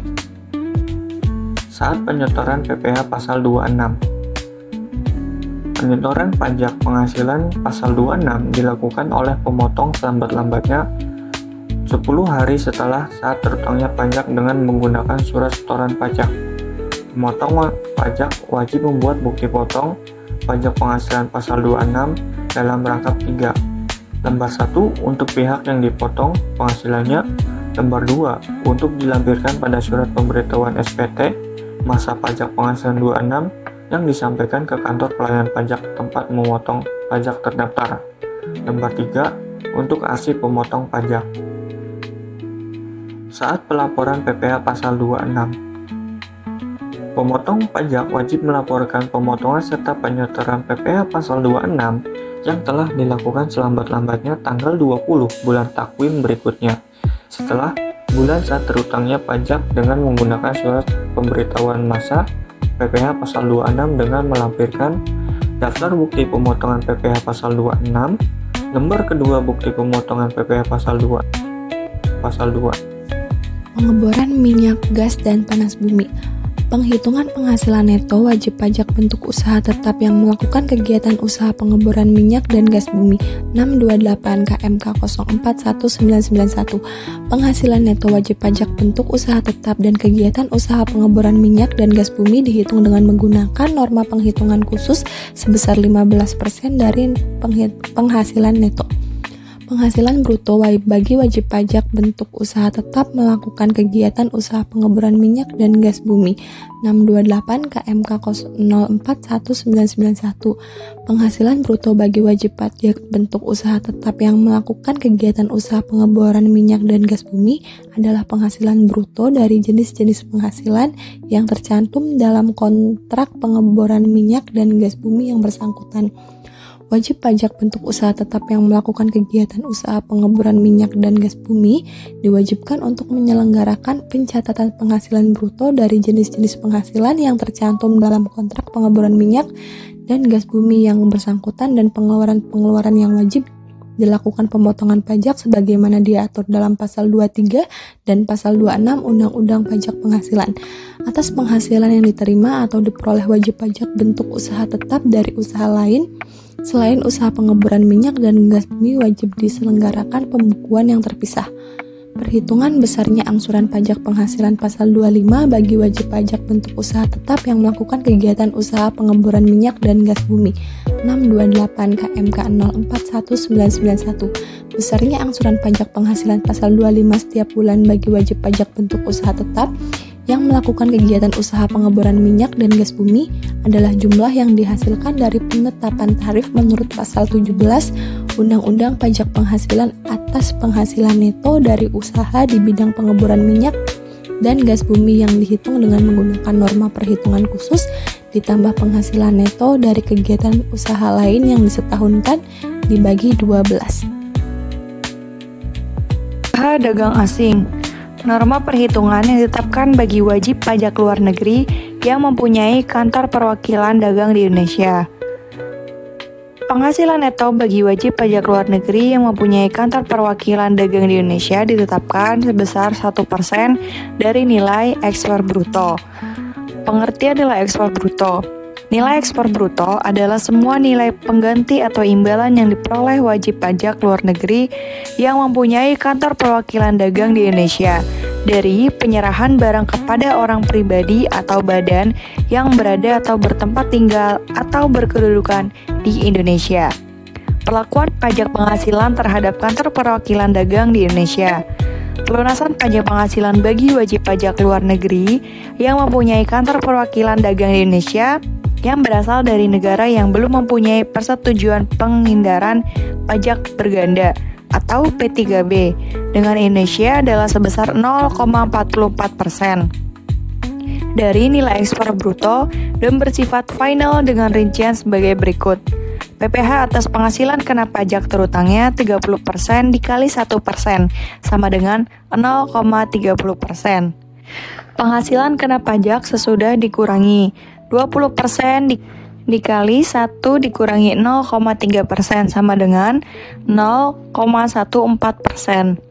Pajak dari suatu bentuk usaha tetap, branch profit tax atau BPT, tarifnya 20%. Jadi totalnya 0,44%.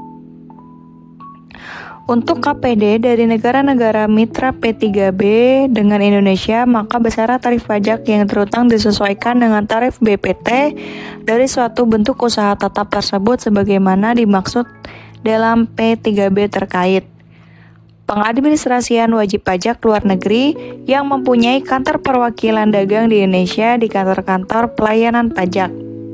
Pembayaran dan pelaporan pajak penghasilan oleh wajib pajak luar negeri yang mempunyai kantor perwakilan dagang di Indonesianya dan pengadministrasiannya di kantor pelayanan pajak dilakukan sebagai berikut. 1. Wajib pajak luar negeri yang mempunyai kantor perwakilan dagang di Indonesia wajib membayar pajak penghasilan yang terutang dalam suatu masa pajak ke bank persepsi atau kantor pos dan giro selambat-lambatnya tanggal 15 bulan berikut setelah bulan diterima atau diperolehnya penghasilan dengan menggunakan satu saru setoran pajak SSP final. 2. Wajib pajak luar negeri yang mempunyai kantor perwakilan dagang di Indonesia wajib melaporkan pembayaran pajak penghasilan yang dilakukan ke kantor pelayanan pajak selambat-lambatnya tanggal 20 bulan berikutnya setelah bulan diterima atau diperolehnya penghasilan dengan menggunakan bentuk yang telah ditentukan dan dilampiri dengan lembar ketiga SSP final. Ketiga, lembar 3 SSP yang telah dilaporkan wajib pajak pada kantor pelayanan pajak diadministrasikan pada seksi PPh Badan. Bangun guna serah atau Build, Operate, and Transfer.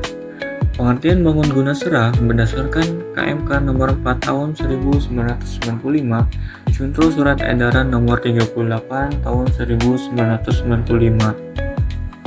Bangun guna serah adalah bentuk perjanjian kerjasama yang dilakukan antara pemegang hak atas tanah dengan investor yang menyatakan bahwa pemegang hak atas tanah memberikan hak kepada investor untuk mendirikan bangunan selama masa perjanjian bangun guna serah dan mengalihkan kepemilikan bangunan tersebut kepada pemegang hak atas tanah setelah masa guna serah berakhir. Bangunan yang didirikan investor dapat berupa gedung perkantoran, apartemen, pusat perbelanjaan, rumah, toko, hotel, dan atau bangunan lainnya. Pengertian penghasilan investor. Penghasilan investor adalah penghasilan yang diterima atau diperoleh investor dari pengusahaan bangunan yang didirikannya, antara lain 1. Sewa atau penghasilan sehubungan dengan penggunaan harta. 2. Penghasilan sehubungan dengan pengusahaan bangunan seperti pengusahaan hotel sport, center, tempat hiburan, dan sebagainya. 3. Penggantian atau imbalan yang diterima atau diperoleh dari pemegang hak atas tanah dalam hal masa perjanjian bangun guna serah diperpendek dari masa yang telah ditentukan. Apabila dalam pelaksanaan bangun guna serah diberikan penggantian atau imbalan kepada investor, maka penggantian atau imbalan tersebut adalah penghasilan bagi investor dalam tahun diterimanya hak penggantian atau imbalan tersebut. Biaya yang boleh dikurangkan dari penghasilan bruto bagi investor. Biaya yang boleh dikurangkan dari penghasilan bruto bagi investor adalah biaya yang sesuai dengan ketentuan perpajakan yang berkenaan dengan pengusahaan bangunan yang didirikan berdasarkan perjanjian bangun guna serah tersebut. Ketentuan amortisasi biaya pendirian bangunan oleh investor. Amortisasi biaya pendirian bangunan dengan menggunakan metode garis lurus atau diamortisasi dalam jumlah sama besar selama masa perjanjian bangun guna serah.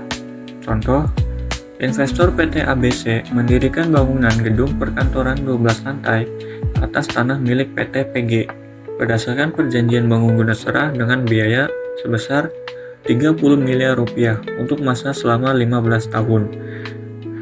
Amortisasi yang dilakukan oleh PT ABC setiap tahun adalah sebesar 2 miliar rupiah yang didapat dari 30 miliar rupiah dibagikan dengan 15 tahun. Apabila masa perjanjian bangun guna serah diakhiri lebih pendek dari masa yang telah ditentukan dalam perjanjian, maka sisa biaya pembangunan yang belum diamortisasi dibebankan sekaligus pada tahun diakhirinya perjanjian bangun guna serah tersebut. Contoh, berdasarkan contoh 1, PT ABC pada akhir tahun ke-12 menyerahkan bangunan kepada PT PG.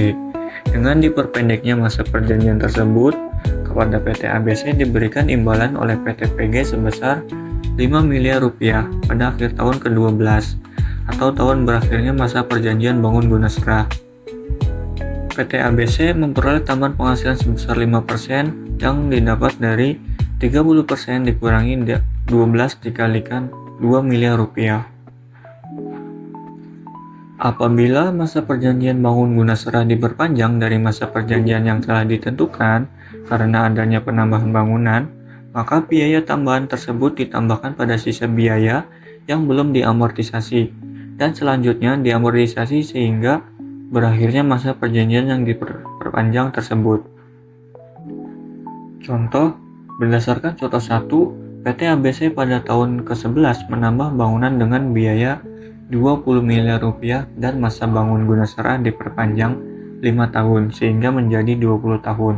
Perhitungan amortisasi PT ABC mulai tahun ke-11 adalah sebagai berikut. Amortisasi biaya pendirian bangunan dimulai pada tahun digunakannya atau diusahakannya bangunan tersebut.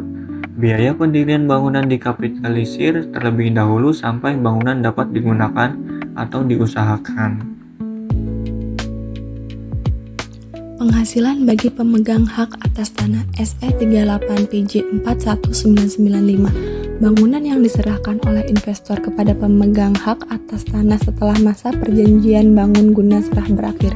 2. Penghasilan yang telah diterima atau diperoleh pemegang hak atas tanah sehubungan dengan perjanjian bangunan guna serah seperti pembayaran berkala yang dilakukan oleh investor kepada pemegang hak atas tanah selama masa perjanjian, bagian dari uang sewa bangunan, bagian keuntungan dari penggunaan bangunan yang diberikan oleh investor, penghasilan lainnya sehubungan dengan perjanjian bangun guna serah. 3. Penyerahan sebagian bangunan dalam hal bangunan yang didirikan oleh investor tidak seluruhnya menjadi hak investor tetapi sebagian diserahkan kepada pemegang hak atas tanah. Perlakuan pajak penghasilan atas penghasilan pemegang hak atas tanah 248 KMK 04 1995 JO SE 38 PJ 4 1995. PPh yang terutang sebesar 5% dikali nilai tertinggi antara nilai pasar dengan NJOP bagian bangunan yang diserahkan tersebut. PPh tersebut harus dilunasi selambat-lambatnya tanggal 15 bulan berikutnya setelah masa bangun guna serah berakhir. Nilai tertinggi antara nilai pasar dan nilai NJOP bangunan yang diterima oleh pemegang hak atas tanah tersebut merupakan nilai perolehan bangunan dari pemegang hak atas tanah. Dalam hal bangunan yang didirikan oleh investor tidak seluruhnya menjadi hak investor, tetapi sebagian diserahkan kepada pemegang hak atas tanah, maka PPh yang terutang harus dilunasi oleh pemegang hak atas tanah selambat-lambatnya tanggal 15 bulan berikutnya setelah penyerahan. Dikecualikan dari pengenaan pajak penghasilan sebesar 5% tersebut di atas apabila pemegang hak atas tanah adalah badan pemerintah. Sifat pengenaan pajak penghasilan atas penghasilan pemegang hak atas tanah 248 KMK 04 1995 JO SE 38 PJ 4 1995. Dalam hak pemegang atas tanah merupakan wajib pajak orang pribadi atau yayasan atau organisasi yang sejenis, pembayaran PPh 5% tersebut di atas bersifat final. Dalam hal pemegang hak atas tanah merupakan wajib pajak badan atau BUT, pembayaran PPh 5% tersebut merupakan angsuran PPh dalam tahun berikutnya, PPh pasal 25 yang dapat dikreditkan. Dasar Hukum Penghasilan Kena Pajak 1 Undang-Undang Nomor 36 Tahun 2008 tentang perubahan keempat atas Undang-Undang Nomor 7 Tahun 1983 tentang pajak penghasilan. 2. Undang-Undang Nomor 11 Tahun 2008 tentang Cipta Kerja. 3. Undang-Undang Nomor 7 Tahun 2021 tentang harmonisasi peraturan perpajakan. 4. Peraturan Pemerintah Nomor 94 Tahun 2010 tentang penghitungan penghasilan kena pajak dan pelunasan pajak penghasilan dalam tahun berjalan. 5. Peraturan Pemerintah Nomor 55 Tahun 2022 tentang penyesuaian peraturan di bidang pajak penghasilan. Pengertian penghasilan kena pajak UU Nomor 36 Tahun 2008 Penjelasan Pasal 16. Penghasilan kena pajak merupakan dasar perhitungan untuk menentukan besarnya pajak penghasilan yang terutang.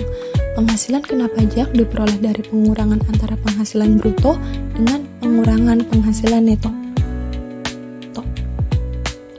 Wajib pajak dalam negeri (WPDN). Cara menentukan besarnya penghasilan kena pajak bagi wajib pajak dalam negeri. Undang-Undang Nomor 36 Tahun 2008 Pasal 16 Ayat 1, Ayat 2, dan penjelasan. Ada dua cara untuk menentukan besarnya penghasilan kena pajak bagi wajib pajak dalam negeri, yaitu 1. Perhitungan dengan cara umum. Penghasilan kena pajak sebagai dasar penerapan tarif bagi wajib pajak dalam negeri. Dalam 1 tahun pajak dihitung dengan cara mengurangkan penghasilan Pasal 4 Ayat 1 UU PPH dengan pengurangan Pasal 6 Ayat 1 dan Ayat 2, Pasal 7 Ayat 1 dan Pasal 9 Ayat 1 huruf C, huruf D, dan huruf E UU PPH. Bagi wajib pajak dalam negeri yang menyelenggarakan pembukuan penghasilan kena pajak dihitung dengan menggunakan cara perhitungan normal dengan contoh sebagai berikut. Penghasilan kena pajak bagi wajib pajak orang pribadinya sebesar Rp36.500.000. Contoh 2. Perhitungan dengan menggunakan norma perhitungan. Penghasilan kena pajak bagi orang pribadi dan berak sebagaimana dimaksud dalam Pasal 14 UU PPH Nomor 36 Tahun 2008 dihitung dengan menggunakan norma perhitungan untuk wajib pajak orang pribadi, dikurangi terlebih dahulu dengan menghasilkan tidak kena pajak.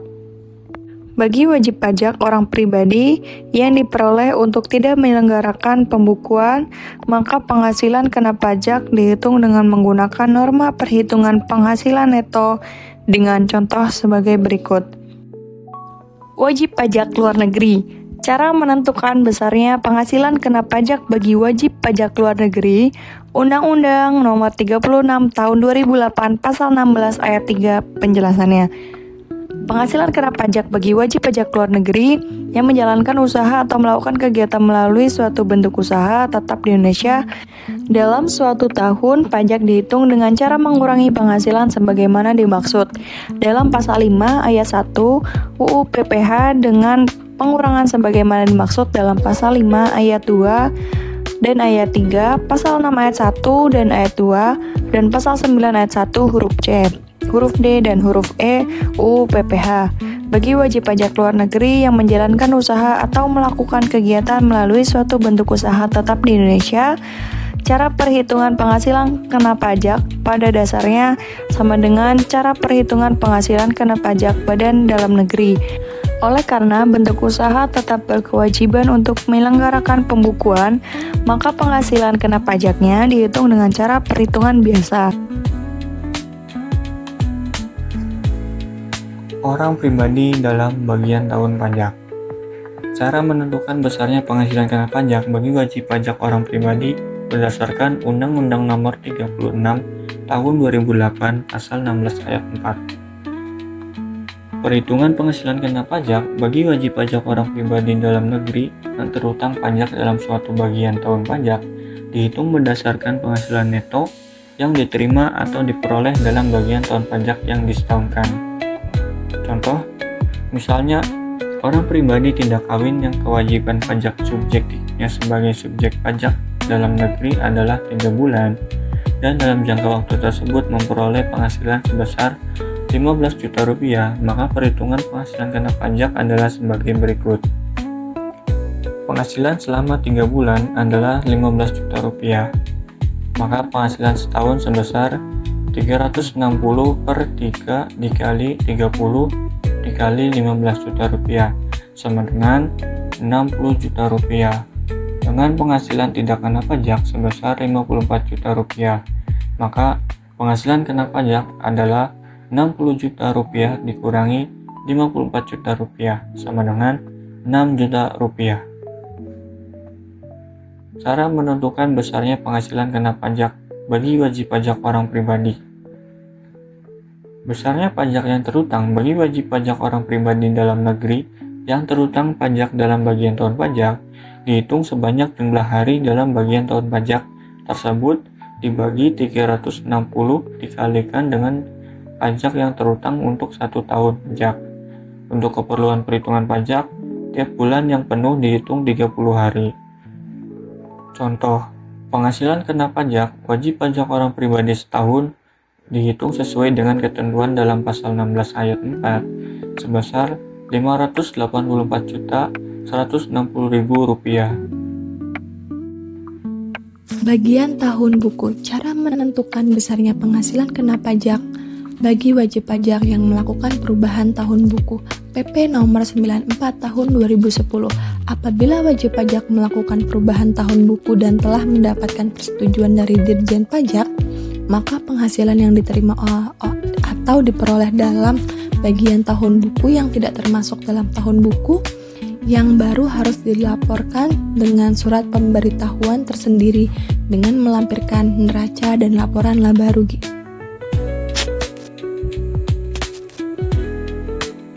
Dasar hukum pajak dan PPh terutang.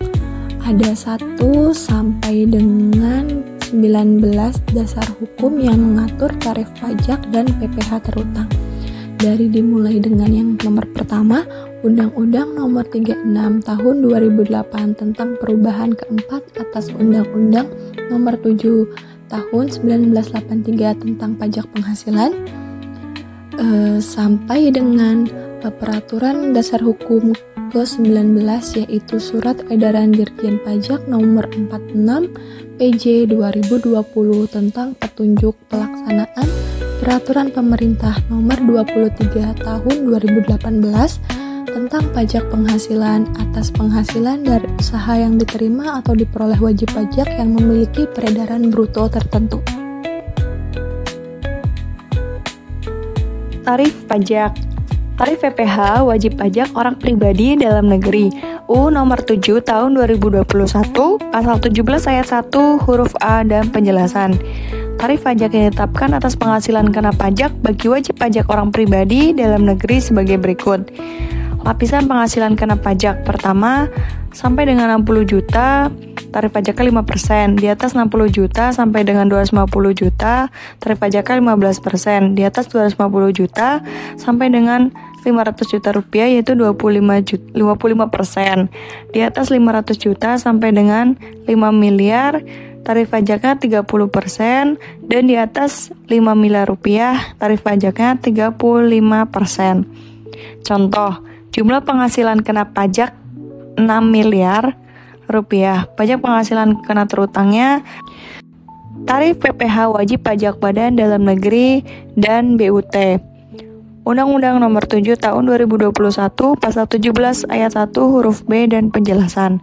Tarif yang diterapkan atas penghasilan kena pajak bagi wajib pajak badan dalam negeri dan bentuk usaha tetap sebesar 22% yang mulai berlaku pada Tarif PPh wajib pajak badan dalam negeri yang berbentuk perseroan terbuka berdasarkan Undang-Undang Nomor 7 Tahun 2021 Pasal 17 Ayat 2 dan Peraturan Menteri Keuangan Nomor 40 Tahun 2023. Bagi wajib pajak dalam negeri yang berbentuk perseroan terbuka dapat memperoleh tarif sebesar 3% lebih rendah daripada tarif normal dengan syarat sebagai berikut. 1. Berbentuk perseroan terbuka. 2. Dengan jumlah keseluruhan saham yang disetor diperdagangkan pada Bursa Efek di Indonesia paling sedikit 40%. 3. Memenuhi persyaratan tertentu meliputi saham yang disetor diperdagangkan pada Bursa Efek di Indonesia harus dimiliki oleh paling sedikit 300 pihak. Masing-masing pihak hanya boleh memiliki saham kurang dari 5% dari keseluruhan saham yang ditempatkan dan disetor penuh. Harus dipenuhi dalam waktu paling singkat 183 hari kalender dalam jangka waktu 1 tahun pajak, dan pemenuhan persyaratan tersebut dilakukan oleh wajib pajak perseroan terbuka dengan menyampaikan laporan kepada Direktorat Jenderal Pajak. Tarif PPh dividen bagi wajib pajak orang pribadi. Berdasarkan Undang-Undang Nomor 7 Tahun 2021 Pasal 17 Ayat 2C dan Peraturan Pemerintah Nomor 19 Tahun 2009, tarif yang dikenakan atas penghasilan berupa dividen yang dibagikan kepada wajib pajak orang pribadi dalam negeri tidak diinvestasikan dalam berbentuk instrumen yang diatur oleh peraturan perpajakan adalah paling tinggi sebesar 10% dan bersifat final. Tarif PPh wajib pajak yang memiliki peredaran bruto tertentu berdasarkan Peraturan Pemerintah Nomor 55 Tahun 2022 dan PMK Nomor 3 Tahun 2018. Tarif PPh wajib pajak yang memiliki peredaran bruto tertentu sesuai dengan Peraturan Pemerintah Nomor 55 Tahun 2022 adalah sebesar 0,5% dalam jangka waktu tertentu yang dikenakan atas 1. Penghasilan dari usaha yang diterima atau diperoleh wajib pajak dalam negeri dengan jangka waktu tertentu, yaitu paling lama 7 tahun bagi wajib pajak orang pribadi, 4 tahun pajak bagi wajib pajak badan berbentuk koperasi, persekutuan komanditer, firma, badan usaha milik desa atau badan usaha milik desa bersama, atau perseroan perseorangan yang didirikan oleh satu orang. 3 tahun pajak bagi wajib pajak berbentuk perseroan terbatas. 2. Tidak termasuk penghasilan dari usaha yang dikenai pajak penghasilan yang bersifat final sebagai berikut. Penghasilan yang diterima atau diperoleh wajib pajak orang pribadi dari jasa sehubungan dengan pekerjaan bebas. Penghasilan yang diterima atau diperoleh dari luar negeri yang pajaknya terutang atau telah dibayar di luar negeri. Penghasilan yang telah dikenai pajak penghasilan yang bersifat final dengan ketentuan peraturan perundang-undangan perpajakan tersendiri dan penghasilan yang dikecualikan sebagai objek pajak.